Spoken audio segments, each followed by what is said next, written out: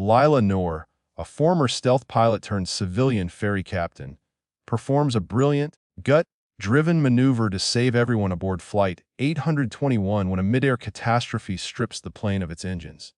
Her calm, precise mayday and the old military call sign she murmurs, a name tied to a secretive cold mountain protocol she thought buried with her past, cracked the silence that F-26s keep for the highest stakes scrambles.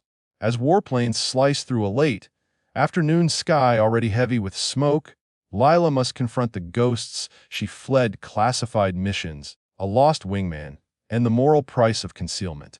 The arrival of the fighters forces a chain of decisions. By Leela, a distraught airline operations manager, a grieving co-pilot, and a decorated F-22 commander. Each of them pushing at the fragile line between saving lives and surrendering self. The story blends high-stakes military thriller with intimate human drama, exploring themes of identity, redemption, and the public cost of quiet heroism, told in cinematic, emotionally rich prose.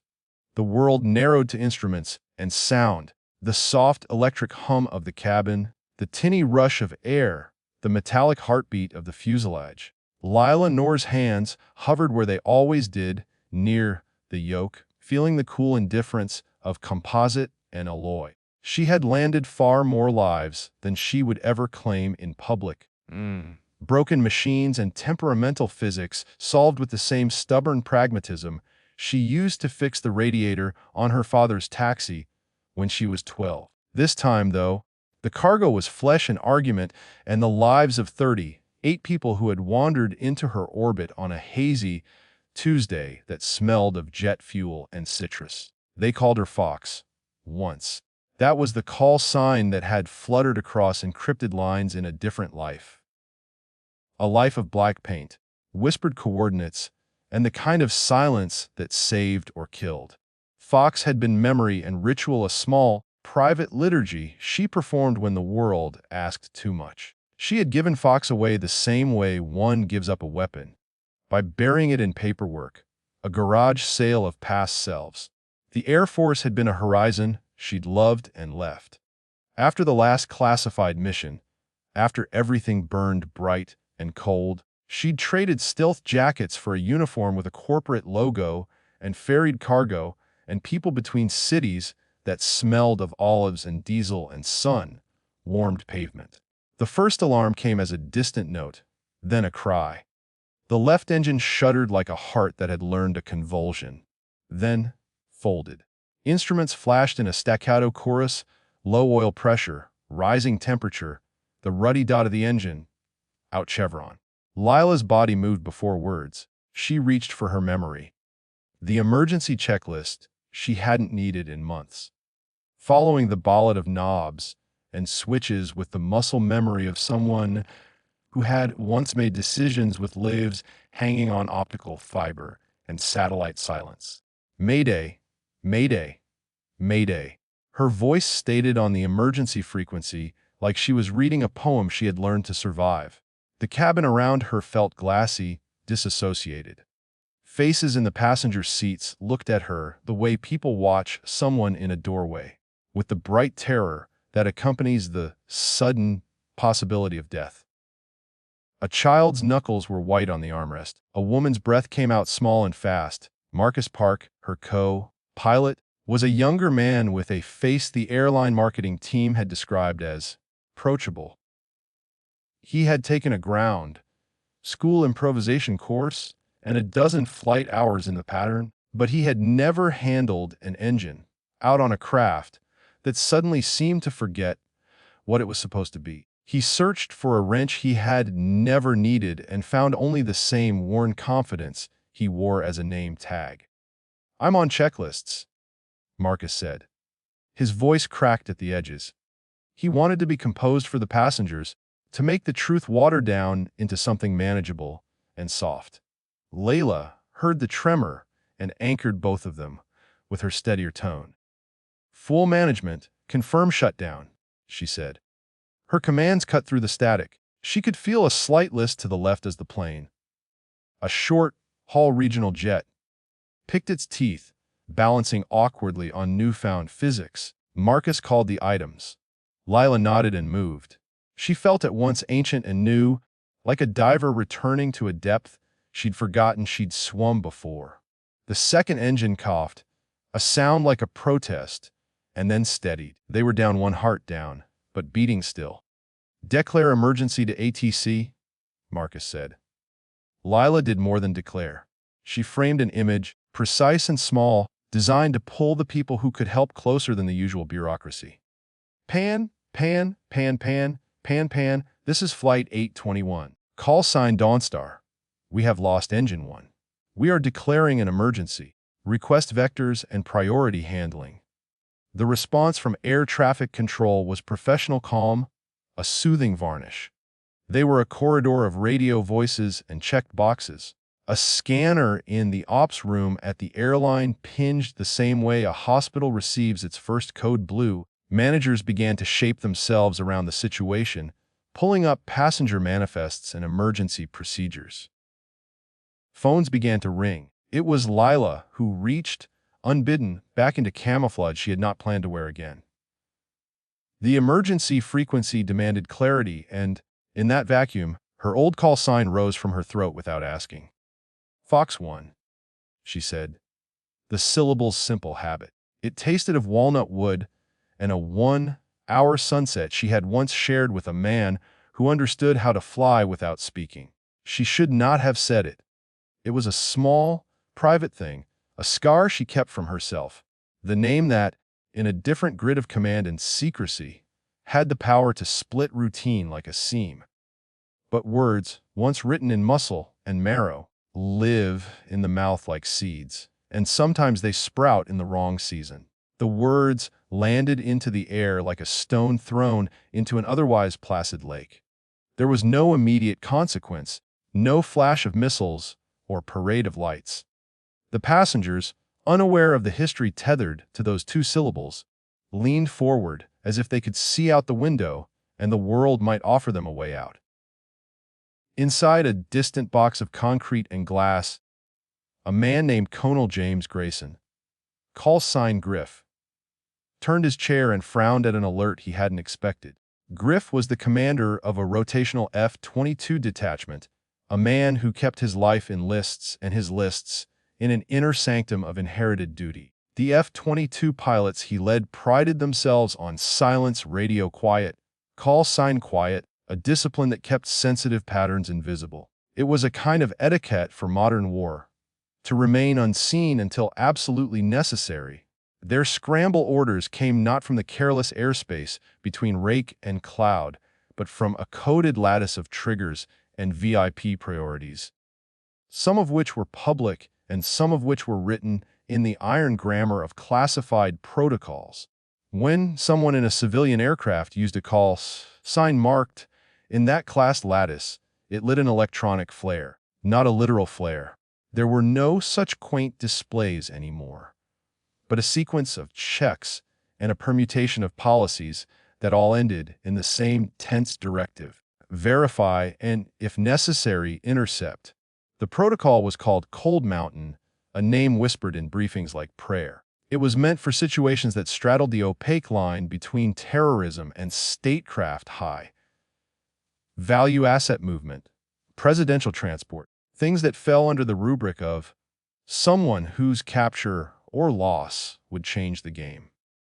Cold Mountain was never supposed to be triggered by a random cargo pilot trying to soothe a passenger manifest. Griff's console flashed. Protocol Cold Mountain possible activation. He frowned and looked at the thin line of data that suggested a civilian mayday, and the call sign flagged with a yellow triangle. A notification pinged off a secure channel. Protocol required a secondary authentication. Griff called in his deputy. "Chain checks," he said. His voice was the low rumble of someone used to responsibility like a second coat. "I want positive ID before we do anything dramatic." But the system moved faster than human caution sometimes. The F-22s were in the sky already on routine patrol. The command lattice needed only a reason to adjust their vectors. Griff, with a lineage of veterans behind him and the smell of distant thunder in his nostrils. Made a choice he would later rehearse and dissect and try to justify. He ordered 2 Raptors to vector toward the civilian flight, not to attack, only to identify, to shadow until the fog cleared. It was a cautious, defensible decision. Still, as the birds angled and their contrails stitched new angles into the sky, he felt the old itch of a man who had trained his life to solve the unsolvable. Back on Flight 821, Lila felt the plane lose a fraction of its dignity as the right engine strained to bear the whole weight. The captain's seat was suddenly a stage and every passenger a critic. She had to buy time. Time to bleed altitude, to find a field, to shape a miracle out of doubt. Lasers of sunlight fell through the cabin in the way weekday afternoons do, washing some faces in gold and others in shadow. A woman 10 rows back was pressing a hand to her throat like someone who could not decide what to say to God. A boy of 12 stared open, mouthed at the window, his mouth a small O of attention. An elderly man slept as if he trusted sleep would be a better judgment than fear. Marcus kept repeating lines from the checklist like a canticle. He had a child on the way, he had said earlier while rummaging through the glove box, and he imagined that child's face in everything he did now. Lila scarred the horizon. There was a pocket of land, the Great Salt Basin, a flat of cracked white that gleamed like bone. Within gliding range. It was not an airfield, but its openness reduced the list of terrible choices. She remembered, suddenly, an old trick from her time in the military. A hard landing on salt could absorb heat and flex the fuselage enough to prevent catastrophic breakup. No guarantee, but the kind of grace she could manufacture was the kind built from probability and stubborn hands. She spoke to the passengers, not the whole cabin, only the ones nearest, the ones whose faces could be anchors. Her voice was softer now, the voice of someone who had decided, however quietly, that honesty is a gift when it can be given. "Listen to me," she said. "We're going to land on a flat plane. It's noisy and it might be rough. I need you to follow the brace instructions we practiced in the safety video. Lock your knees. Keep your head down. Hold on to each other." A chorus of small noises, a woman's laugh, half hysterical, a child's whimper, filled the space between the metal and the air. Lila felt her heart in her throat. It was not the heart that wanted to survive, but the heart that understood duty. She had been trained to take responsibility and to calibrate risk with such exactness that it felt like science. Saving these people was a problem she could solve with equations and courage. The F-22s hunted them like dark birds. Through the window, Lila could see 2 silhouettes climbing with a grace that made her throat close. They made no sound she could hear from the cabin, only the dull pressure change of aircraft under stress. Still, their presence seemed to compress the sky. A reminder that a single word can change the rules for everyone involved. "Who authorized those fighters?" Marcus asked, less a question than a prayer. "Someone above our pay grade," Layla said. She was trying not to think of the cold mountain protocol and the way it had rematerialized itself in a syllable. She wanted to be small, to be simply a person doing the right thing. But secrets, she had learned, have a way of walking back into the light when you least need them. The landing was math and noise. The engines shuddered. Alarms went prickling along the panel like mosquitoes. Lila pushed the nose down and fed in flaps and hoped the right things. The salt plane rose to meet them like a pale ocean. Their descent was a conversation between machine and muscle, a negotiation in which she represented the latter with a stubborn, intimate knowledge of how metal buckled and how humans did not. They hit the plane with a sound like a giant closing a book. The landing gear dug and slid, and then sighed with relief as the plane rolled. Salt sprayed the windows like a crystalline storm. The fuselage trembled as if shivering. For one elongated breath, everything inside the cabin became an organism breathing together. Then, the engine spitting and the momentum carrying them, the plane finally stilled. Silence filled the cabin, full and jagged. For a moment, nobody moved. Then a woman began to cry, not a wail but a small surrendering sound. Marcus's hands shook so badly that he almost dropped the checklist. Leela let herself exhale and felt the muscle of grief unclench like a fist. They had made it. No one bled to death in the aisle. No wing had sheared off into the great blue. Passengers hissed the release of a shared miracle. People found their hands and each other, and something that passed in the cabin like purgatorial holiness. That was when Griff's Raptors peeled in a formal arc and banked low over the salt plain. Their silhouettes, sleek as knives, cast long shadows over the plain like stamps of authority. Ground crew from the airline scrambled across the plain in dusty trucks. Emergency vehicles, summoned by the airport that now buzzed like a beehive, converged. A military pickup cut its engine, and a team of men with rifles and secure radios stepped out. Near them, two F-22 pilots kept their helmets off and watched with the odd composure of trained predators. Griff touched his thumb to his earpiece and felt the static of 1,000 procedural choices. Lila watched them approach, not because she wanted to, but because she knew the next few minutes could move her from civilian miracle to someone who had once again worn the ghosts of duty publicly. The pilots came first, then tall men in government jackets. The presence of the F-22s was at once a relief and an intrusion.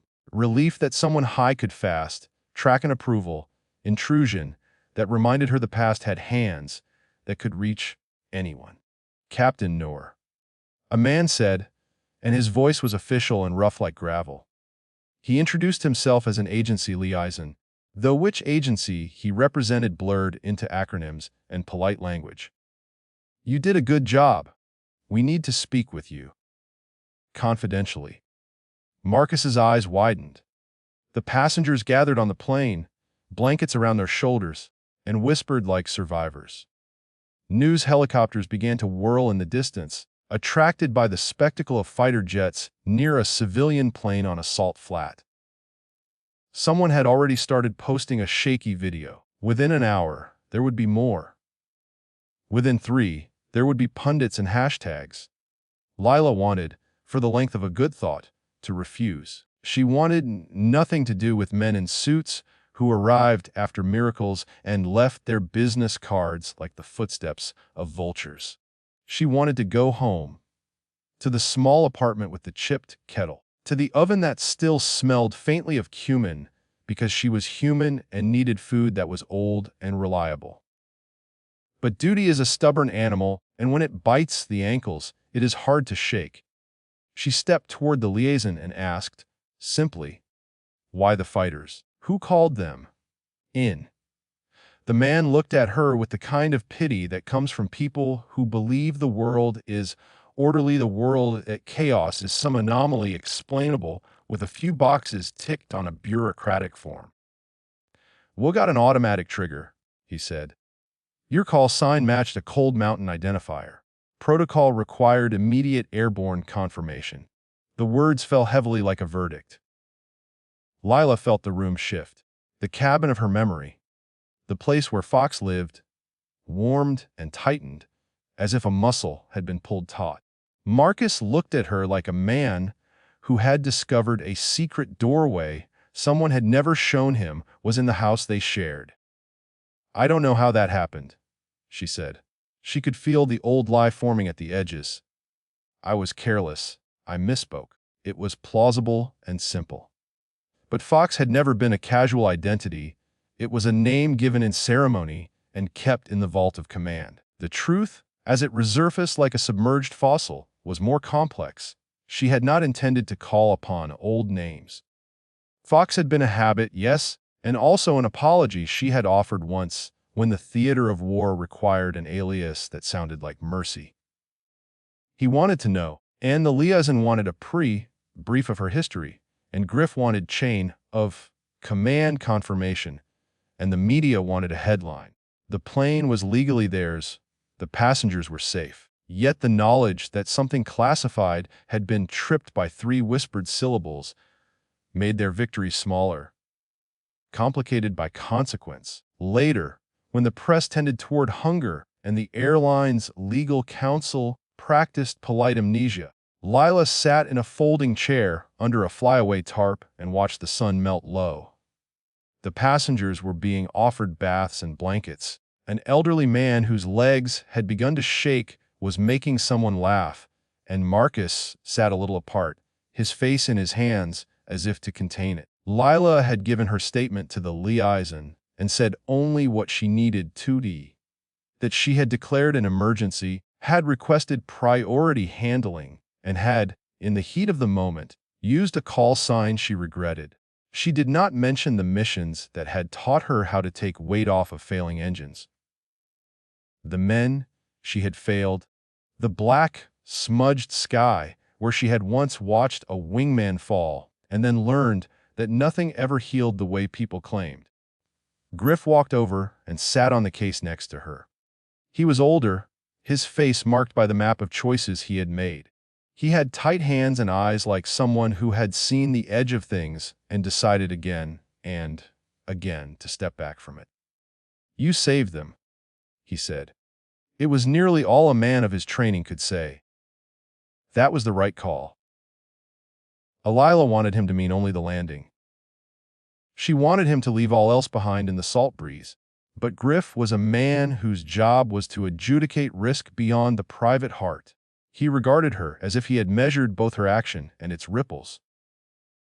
"You used a cold mountain identifier," he said. It was not an accusation so much as a fact of physics. We had to respond. It caused a calm and control cascade. People will want to know why. She stared at her hands. The skin on her knuckles was raw from the yoke. "I didn't mean to," she said. The confessional was both real and worthless. It was a reflex. Griff nodded slowly. "Reflexes are built out of choices," he said. "You volunteered for the life that made you Fox. You can't unmake what you learned, but you can choose how the present treats it." That evening, the world did what the world did. It wanted a hero, and it wanted a story with neat ends. News channels threaded the same footage. A shaky phone clip of the landing, the plane limping like something alive, the F-22s hovering uphill like concerned angels. Social media split. Some hailed Leela as a saint, others as a threat for having triggered a top-secret scramble. There were op-eds that debated the wisdom of classified triggers, and there were hashtags that told her to run for president or run away. For every story that lauded her, another one questioned the prudence of a woman whose past had a military stamp. She felt the pressure like a physical thing. Emails arrived in her inbox with varying tones: congratulations, offers for interviews, polite requests for her side of the story. One message, simple and direct, came from an old pilot she had once known, the wingman she had lost on a fog-bound night years ago. He had been flight certifying a drone in terrain that hated them. His call sign was Nightjar, and the memory of his face had been a knife. The message was a single line: "You did right. For them. That counts." Alila read it twice and felt the old sun in a place she had tried to keep dark. It counted. She had not been flying for ghosts. She had been saving living people. The world could murmur about protocol and secrecy, but the salt plane had not cared for those matters. The plane had only accepted the shape of a fuselage and the laws of physics and the stubbornness of Lila Noor, who kept her hands on the wheel until the machine did what it was supposed to do. Her life would not return to anonymity. It never had. The liaison requested further interviews. Lawyers wanted to shield the airline and named her as a witness in a pending inquiry. The agency asked for debriefs. Griff sent a short, brutally professional memorake that the protocol might require amendment. Each document made the tapestry of her life more visible, unpicking stitches she had hoped to hide. In the weeks that followed, Lila learned a thing about consequences: they do not come all at once. Like small streams, They gather and eventually become a river that moves things downstream. She spent mornings at the airport, resuming the routes she had always flown. She did her job, hauling cargo and, occasionally, passengers, learning to carry both the ordinary and the extraordinary in the same hold. At night, she returned to an apartment where the kettle clicked and the curtains were always a little uneven. She met with lawyers who shaded their questions with the relentless curiosity of people who deal in risk assessment. She fielded calls from producers who wanted to dramatize the salt plane landing into something cinematic. She refused most of them. One day, a package arrived small, metal, and unmarked. Inside was a pocketed notebook she had given to Nightjar years ago as a joke. A place to scribble coordinates and bad jokes that pilots keep to make life softer.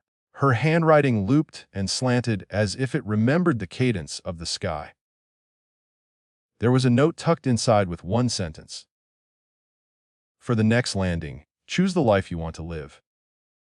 She carried that note with her like a talisman, turning the edge of the paper between her fingers on nights when the memory of the fall and the taste of fuel made her feel like a stranger to herself. In the end, the scrutiny eased as new headlines demanded attention elsewhere. Policies were revised, and Cold Mountain's triggers were examined. Parts of the chain were softened. Griff testified quietly, sober and plain, in an internal review board, arguing for nuance where there had been nothing but binary commands. The world discovered new things to fuss over. It always did. Lila's name got used in different circles, as a symbol of a woman whose reflex saved a plane, and as a cautionary tale of how secret protocols can intrude into everyday life. The passengers who had been on Flight 821 visited her sometimes. They brought seed packets and books and a thank you card whose scrawl took up 5 pages. Marcus invited her to the christening of his daughter. The elderly man who had slept through the landing and who had been afraid to fly for years hugged her like a son. Little acts of gratitude kept her grounded. They were, in a way, the currency that made the rest of the world's attention feel less brutal. At night, when the apartment was quiet and her mind unspooled itself into the dark, she remembered the salt plane and the weight of the yoke and the way the plane had felt like an animal asking to be guided. She remembered Nightjar's laugh and the way Griff had looked at her after the landing, as if the world they served was a place that asked too much and gave too little. She knew, with bone-level certainty, that what she had done could not be undone. The call sign, once spoken, had unsheathed rules and people who would never be entirely absent from her life again. In the end, the choice she made to speak was not purely accident. It had been a reflex honed by duty. An old name fell from her mouth because it was an old truth. She had learned to be a person who would step into danger and take responsibility. She had saved everyone aboard, and for that she would be remembered. And yet, that remembrance would always be complicated. Heroes are not tidy boxes. They are a college of triumph and regret, each credit and debit written on the same brittle sheet. Months later, in a quiet ceremony without television cameras, a Griff invited her to lay a wreath at a small monument on base grounds for airmen lost to missions that had no public record. She thought of Nightjar and other ghosts, of the nameless nights when the sky welded grief into a single bright shape. She placed the wreath with hands that were steady now, the plastic leaves whispering like a small, private weather. "You did right," Griff said again, and this time she accepted his judgment with a gentleness she had not expected to find. The ceremony was private and imperfect. It fit the truth of the thing neatly. Lila had been brave and messy and fallible in ways she had not planned, but the lives saved on the salt plane were alive because of the reflexes she had built from all her choices. The F-22s remained a memory folded into her life like a page in a book, a chapter that would make the rest of the story stranger. She slept a little better with its ending a reassessment, A small policy tweak, no court-martial, and no grand public trial. The world, hungry for headlines, moved on. For her, the decision was less about being recognized and more about what she had become. A person who could not answer when people called for help, whether the call sign belonged to a corporate line or a ghost from the past. In a cafe near the airport, months after the landing, she sipped tea and watched a new pilot learning to read wind off the runway. He smiled at her, the kind of smile that says one person recognizes another, and she nodded. She had no illusions. The world would always be messy and full of classified triggers and men in suits and policy reviews. But when the moment came and the plane trembled, she would know where her hands belonged. Fox, she thought, is not a name to be ashamed of. It is a reflection of choices made under pressure, and sometimes those echo across the sky until people who never knew each other are kept alive by them. She folded the napkin and left a tip. Outside, the sky was clear, and somewhere beyond the horizon other planes climbed and dipped, citizens and soldiers, both tracing their lines. Lila stepped toward her car, feeling the small heroic fatigue she had earned like a medal, but also a quieter knowledge. To save people is to accept that the world will look at you afterward with different eyes. The call sign had broken radio silence and called attention, but its echo had given life. In that arithmetic, she found a fragile piece,